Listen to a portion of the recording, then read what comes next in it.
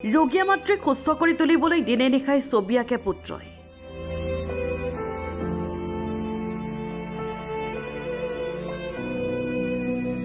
ছবি আঁকি পৰিয়াল পোহপাল দিয়াৰ লগতে তেওঁ চিকিৎসা কৰি আহিছে মাতৃৰ।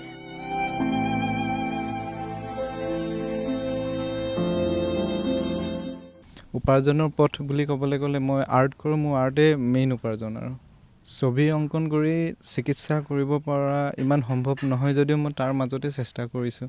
কেতিয়াবা যদি কাম অলপ ডাঙৰ পাওঁ, অলপ টকা সৰহ হ'লে মা চিকিৎসাৰ কাৰণেও ৰখাওঁ, পৰিয়ালটো চলাওঁ। তেনেকৈ কৰিয়ে বহুত কৰি চালোঁ, বহুত জেগাত কৰিলোঁ, কিন্তু কোনোফালে এতিয়া ঠিক হোৱা নাই। প্ৰেছাৰ ষ্ট্ৰক হৈ দীৰ্ঘদিন ধৰি অসুস্থ হৈ আছে যুৱকজনৰ মাতৃ। আজি মা ইয়াত পেৰালাইজ হোৱা আপোনাৰ 2 বছৰ হ'ল।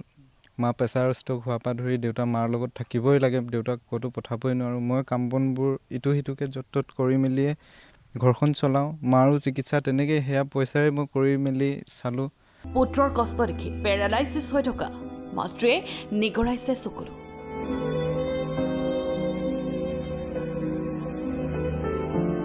মাতৃৰ চিকিৎসাৰ বাবে যুৱকজনে কৰি গৈছে সংগ্ৰাম।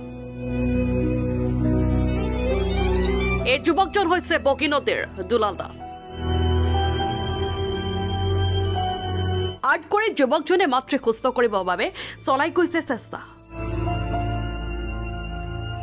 মই ছবি অংকন কৰিয়ে পৰিয়ালটো চলাই আছিলোঁ। মাক চিকিৎসা কৰিবলৈও চেষ্টা কৰিছোঁ, যদিও পৰা নাই, পইচা সীমিত হৈ যায়। যুৱকজন হৈ পৰিছে অসহায়।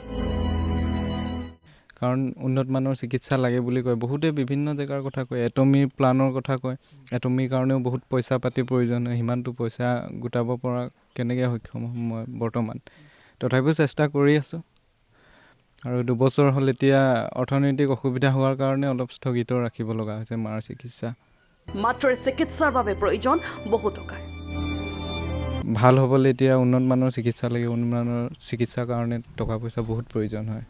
মই কি বিচাৰিম আৰু মাৰ চিকিৎসাটোৱে, মাক ভাল হোৱাটোৱে বিচাৰোঁ। এতিয়া মা যদি ভাল হৈ থকা হ'লে ময়ো এতিয়া আগবাঢ়ি ওলাই যাব পাৰিছোঁ, দেউতাও পাৰিলেহেঁতেন। দুইজনে কৰা হ'লে আজি হয়তো আমি এটা বেলেগ পৰ্যায়ত থাকিলোহেঁতেন। চবৰে মন যায় সুখৰ মুখ চাবলৈ, সুখৰ দিন চাবলৈ, এনেকৈ থাকিম, ঘৰখন এনেকৈ ৰাখিম, মা দেউতাক তেনেকৈ থওঁ। এতিয়া পৰা নাই, কি কৰিম আৰু। পুত্ৰৰ কষ্ট অনুভৱ কৰি এইদৰেই যেন কান্দি উঠিছে মাতৃ। পৰিয়ালটোৱে চৰকাৰৰ ওচৰত বিচাৰিছে সহায়ৰ হাত।